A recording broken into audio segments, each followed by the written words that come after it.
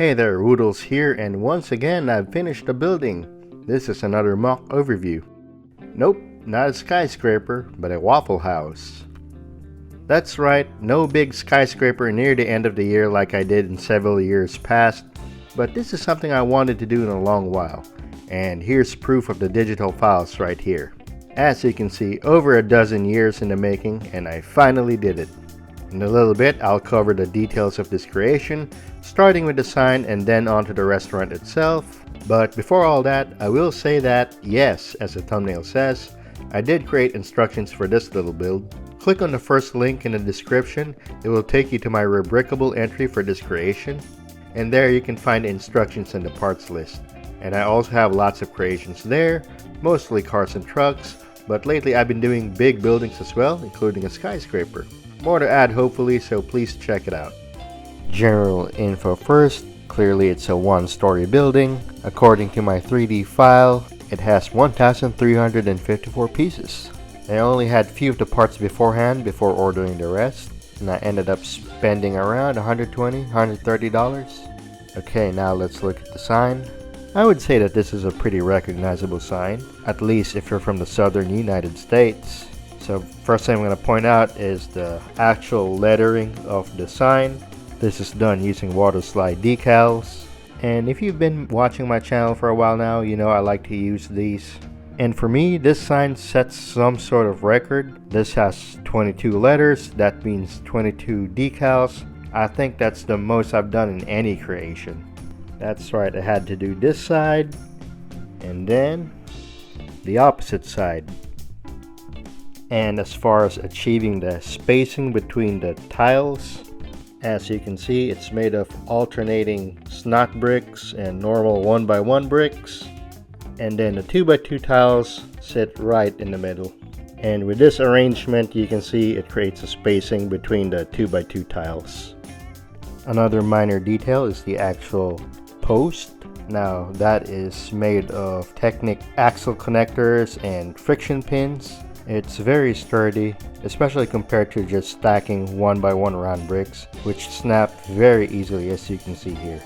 With this setup, the post can absorb some minor abuse, and it just looks smoother this way. For now, I didn't make it as tall as I wanted to because it's only sitting separately on a 6x8 plate, which means if I make it taller, it's going to be a little wobbly.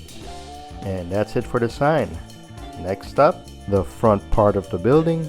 So here it is over here, just a very small sidewalk and some plants. The sidewalk is easily removable from the main building. It gives me the option to change it out, whether I want to keep this sidewalk as is or switch it out for parking space like a true Waffle House. And now here's the actual restaurant. I would say I tried to make this as lore accurate as possible. Real life Waffle Houses tend to be longer in comparison. For example, this is a Google Maps version of a local Waffle House. As you can see, it's much longer. But I think with this, even though this is shorter, I think I get the essence of what an actual Waffle House looks like. So this one basically sits on a 16x32 plate. No base plates here, I used actual plates. And it is one of the smallest footprints I've done in a building. I don't think it's the actual smallest though. For example, this is a comparison of my Waffle House to the topmost modules of my High Terrace Tower Hotel skyscraper. Here it is right next to the crown of 2 Wasabi Financial Center. And this one's right around the size of your corner modular, around 24x24 studs. More size comparisons here. This is my commuter bus. I think, yeah, it's right around the same length.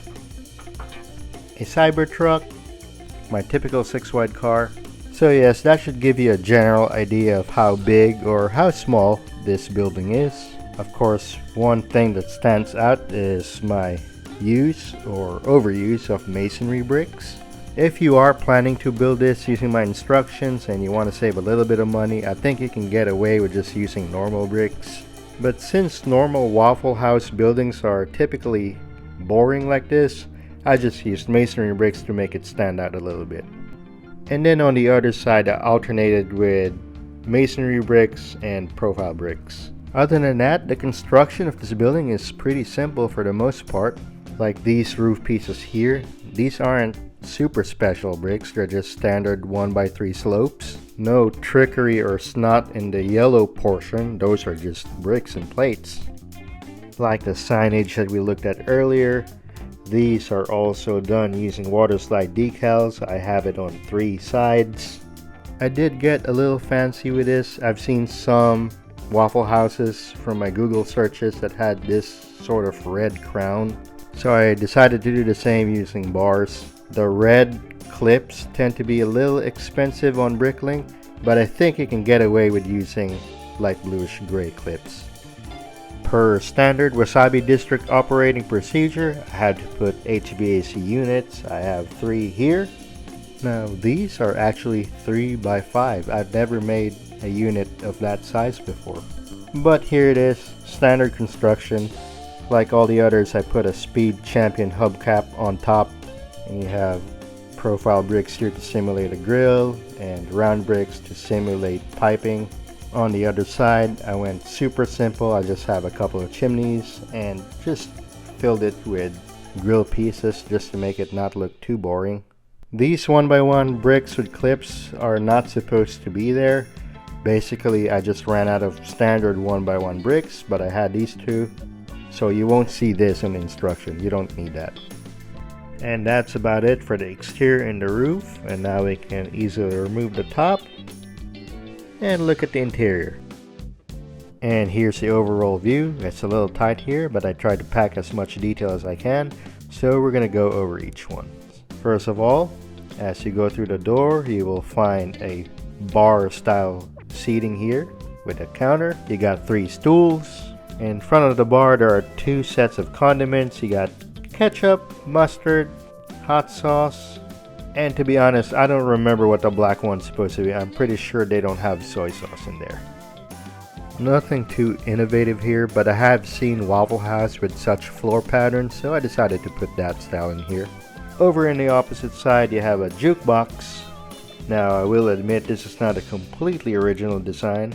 I had to Google a lot of custom creations of jukeboxes, so this is kind of like an amalgamation of my searches. And then also I googled what a Waffle House jukebox would look like, and it looks like this, so I think I did a decent job covering it. And over here, surrounded by these big glass windows, you got 2 sets of booth seating. I didn't go overly fancy with it. I just had your standard minifigure seats sitting on bricks and standard 2x4 tiles for the tabletops. I think unique to the Waffle Houses, in front of the grilling surface here you have a counter. Now I have these 3 1x4 medium nougat tiles. That's where the cook sorts out and prepares the orders. So you won't find that counter in any other kitchen in Wasabi District. On top of that, you got the exhaust, and on top of the exhaust you have a bunch of plates and bowls. To the right side you have these multicolored 1x1 plates. Those are supposed to be like the toppings or the side dishes, like, you know, vegetables, lettuce, tomatoes, things like that. Next to that is just your standard drink fountain. I didn't have too much space, so I just had a drink fountain for 2 drinks. On the other side, there are actual waffle makers here, and it can be placed like so, like that. On top of the waffle makers, you have spaces for mugs, white mugs, and clear mugs and clear cups. And of course, I have 1 cook and 1 waitress. The torso is actually a custom design, and by design I mean I just did a quick drawing of a black apron and printed it out in the same water slide decal paper like I did with the signs. It's kind of hard to mimic the actual Waffle House uniform, so I just grabbed standard medium blue torsos and just slapped that black apron water slide decal in there. Over there in the corner, maybe a little bit hard to see, but I have sideways mailbox pieces there. Those are supposed to be my refrigerators. And it's really tight back there, but there's also a small standing desk here with a small computer. And of course, this back door over here is an exit.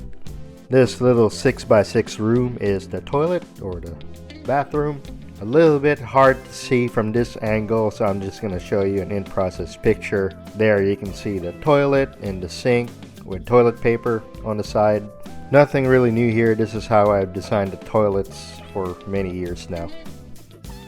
And that is it for this overview video. What did you think of this? What do you guys want to see next? Let me know in the comments. And if you guys like this type of stuff, don't forget to like and don't forget to subscribe. And thanks for watching, guys. Peace.